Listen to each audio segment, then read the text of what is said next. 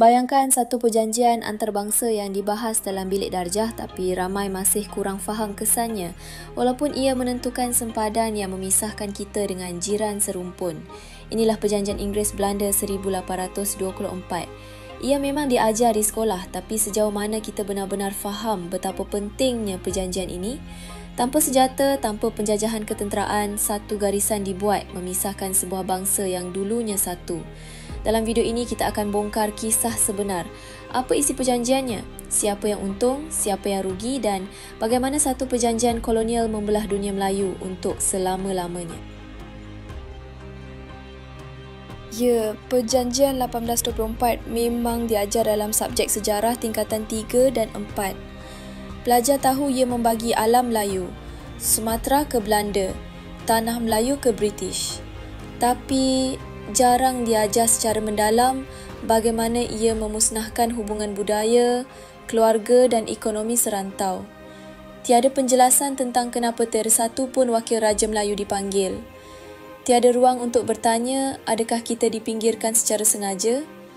Naratif di sekolah lebih fokus kepada siapa ambil apa daripada apa kesan kepada bangsa kita. Itulah sebabnya sejarah ini perlu dikaji semula dari sudut pandang kita sendiri. Awal abad ke-19, British dan Belanda semakin bersaing di alam Melayu. British kuasai Pulau Pinang, Singapura dan mula meluaskan pengaruh di tanah Melayu.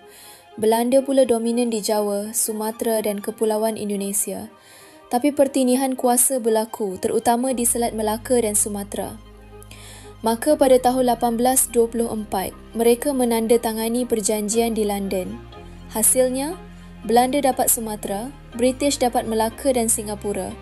Alam Melayu pun dibelah dua, tanpa tanya satu pun pendapat bangsa asalnya. Pemisahan ini memusnahkan struktur empayar Melayu Johor Riau Lingga. Keluarga diraja, saudagar dan rakyat biasa, semuanya terputus. British pula melantik Temenggung Abu Bakar sebagai Sultan Johor, walaupun waris sebenar diketepikan. Sistem undang-undang kita juga berubah, bukan lagi berdasarkan adat Melayu, tetapi dipaksakan kepada undang-undang British melalui Charter of Justice. Belanda pula menghapuskan kuasa raja-raja tempatan dan memperkenalkan sistem tanam paksa. Dalam masa singkat, budaya dan bahasa kita mula bercabang dua arah akibat satu perjanjian penjajah. Walaupun diajar di sekolah, naratif sejarahnya sangat terhad. Kita disuruh hafal tarikh, nama tokoh penjajah dan isi perjanjian, tapi tidak diajak menilai kesan jangka panjangnya. Tidak ada ruang dalam buku teks untuk bertanya, mengapa penjajah boleh buat keputusan sebegitu besar?